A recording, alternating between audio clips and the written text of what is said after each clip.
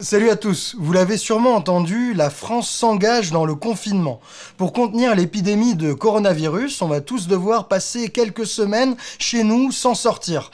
Tout ça, ça va nous permettre de sauver des dizaines ou des centaines de milliers de vies. Et à l'écoute de cette rumeur de confinement, on a plein d'amis ici à Paris, plein de potes qui décident de quitter la ville, d'aller dans leur maison de campagne, chez leur tata, chez leur tonton ou on ne sait pas où.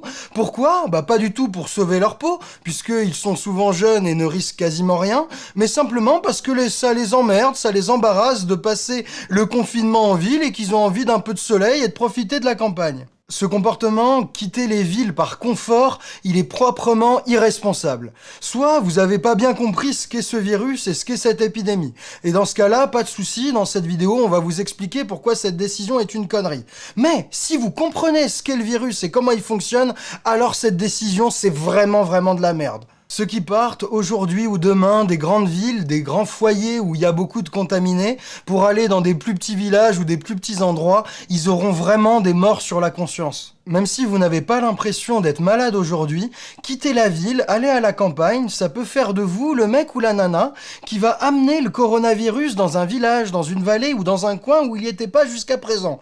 Et donc ça va faire mourir des gens alors que vous auriez pu vivre le confinement tranquillement chez vous et ne contaminer absolument personne. Là, j'en entends certains d'entre vous se dire « Non mais ça va, je suis pas malade aujourd'hui, j'ai rien. » Ok, mais deux choses. Un, tu peux très bien être contaminé et être contagieux sans avoir le moindre symptôme. Et deux, il y a un temps de latence entre le moment où tu es contaminé par le virus et le moment où tu développes les premiers symptômes. C'est la période d'incubation et, pour le coronavirus, elle peut monter jusqu'à 14 jours. Ne pas se sentir malade aujourd'hui, ça veut absolument pas dire que t'as pas déjà chopé le virus et que t'es pas déjà contagieux. Donc, quand des personnes quittent la ville pour leur confort, elles peuvent très bien ne pas se rendre compte parce qu'elles n'ont pas de symptômes et que les gens autour d'eux n'en ont pas non plus, mais elles vont être la personne qui va amener le virus plus loin qu'il ne l'est déjà aujourd'hui. Et ça, quand on sait à quel point le virus est dangereux, c'est complètement inconscient. Une petite piqûre de rappel pour que vous voyez ce que fait vraiment ce sale virus. Quand on regarde les cas testés positifs, eh bien le virus, il envoie 20% des gens à l'hôpital.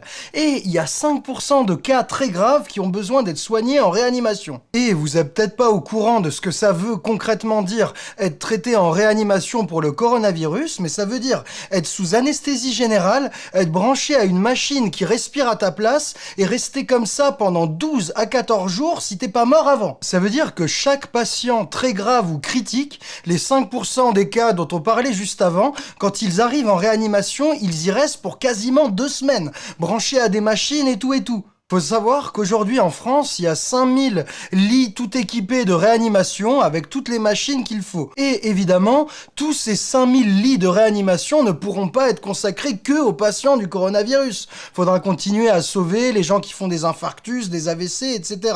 Ça veut dire que avec l'épidémie, nos 5000 machines de réanimation, ils vont rapidement pas suffire si chacun reste 14 jours branché. Bien sûr, les hôpitaux vont tout faire pour se réorganiser, en poussant un peu, en ramenant des lits de chirurgie, en mettant à disposition les salles de réveil. Ils vont peut-être un peu faire augmenter ce chiffre des 5000, mais ils vont pas faire des miracles. Dans quelques jours ou dans quelques semaines, et ça, tous les spécialistes le prédisent, on va devoir refuser des gens en réanimation. Et ça, c'est grave, hein, ça veut dire qu'on va devoir dire « toi tu vis et toi tu meurs ». Cette situation dramatique, elle est déjà en cours en Italie du Nord et elle commence à arriver aujourd'hui dans le Haut-Rhin. Donc, ce coronavirus, c'est du sérieux. On s'en rend peut-être pas compte aujourd'hui, mais dans 15 jours, vous verrez, tout le monde saura que ce truc tue et est extrêmement dangereux. Bref, casser le confinement parce que bou, j'ai pas envie de rester 3 semaines dans mon appartement, c'est risquer de mettre un gros coup d'accélérateur à l'épidémie. Si vous me croyez pas, réfléchissez.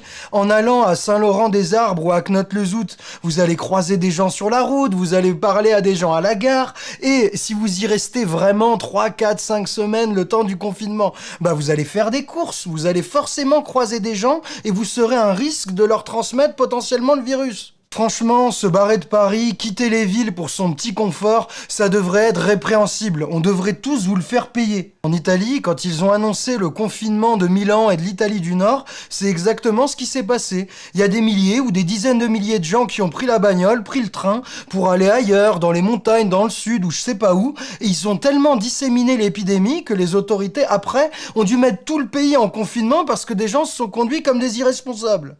On n'est vraiment pas obligé de faire les mêmes erreurs. Donc, tous les Parisiens, tous les Strasbourgeois, tous ceux qui s'apprêtent à quitter leur ville à Paris ou dans le Grand Est pour passer le confinement au soleil, mais reprenez vos esprits. Ne soyez pas le mec égoïste qui va amener le virus plus loin qu'il ne l'était déjà. Si l'idée de vous barrer vous a traversé l'esprit, franchement, on vous comprend, on vous juge pas. Mais maintenant, vous en mesurez les conséquences. Et si, malgré ça, vous décidez de partir et de prendre la route, eh bien, faudra vous regarder en face. Faudra arriver à regarder votre reflet dans le miroir quand vous verrez les médecins refuser des gens en réanimation et les laisser mourir.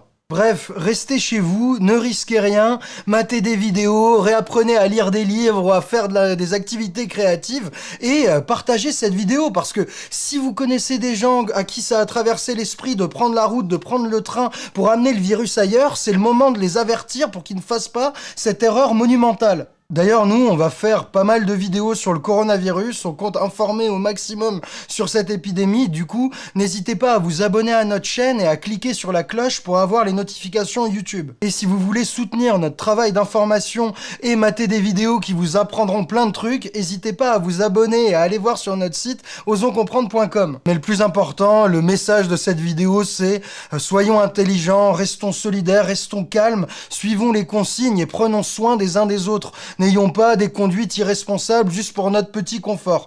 Voilà, c'était un plaisir de partager ça avec vous. Faites tourner le message au maximum et franchement, prenez soin de vous.